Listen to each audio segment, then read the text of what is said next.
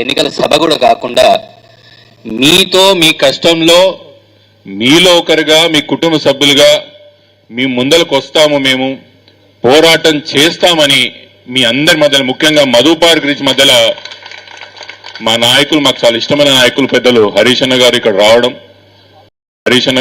రావడం, ఎల్బీ నగర్ శాసనసభ్యులు సుధీర్ అన్న గారు, కుకట్పల్లి శాసనసభ్యులు కృష్ణారావు గారు, అన్న పెద్దలు దేవిప్రసాద్ గారు ఉన్నారు, స్థానిక మేయర్ ప్రేమ్ గారే గాని ఇక్కడికి ఈ కార్యక్రమానికి వివిధ మీడియా సంస్థలే కానీ మిగతా వాళ్ళు ఇక్కడ విచ్చేసిన వాళ్ళందరికీ కూడా పేరు పేరున నమస్కారాలు తెలియజేస్తూ, నేను పెద్దగా మాట్లాడదలుచుకోలేదమ్మా అన్న, నేను చాలా క్లుప్తంగా చెప్తాను. ఇప్పుడే వస్తున్నప్పుడు నేను కారులో హరీష్ అన్నకు చెప్పుకుంటా వస్తున్నా, భారతదేశ చరిత్రలో చాలా ప్రాజెక్ట్స్ ప్రభుత్వం ల్యాండ్ యాక్విజిషన్ చేసి కట్టడం జరిగింది.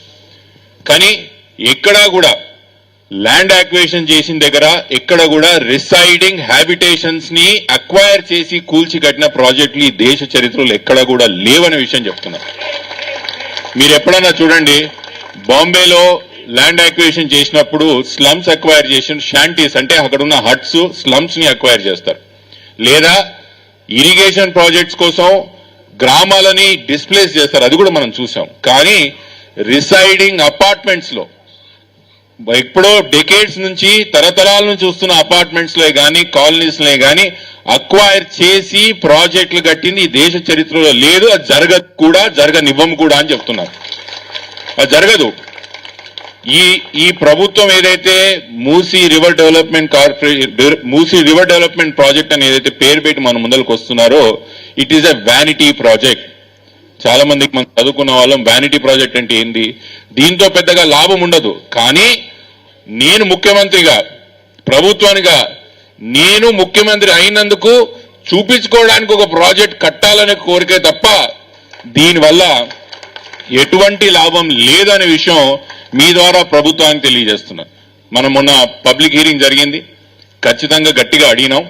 మీకు కూడా తెలియాల్సిన విషయం ఏంటంటే, ముఖ్యంగా మా హైదరాబాద్ కాలనీ వాళ్ళకి అక్కడక్కడ నోటీసులు ఇచ్చిండ్రు.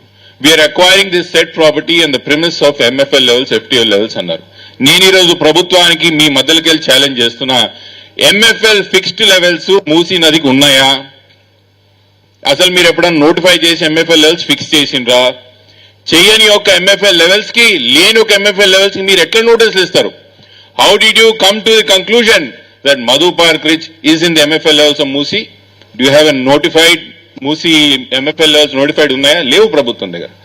మీకు చెప్పినట్టుగా this is a vanity project.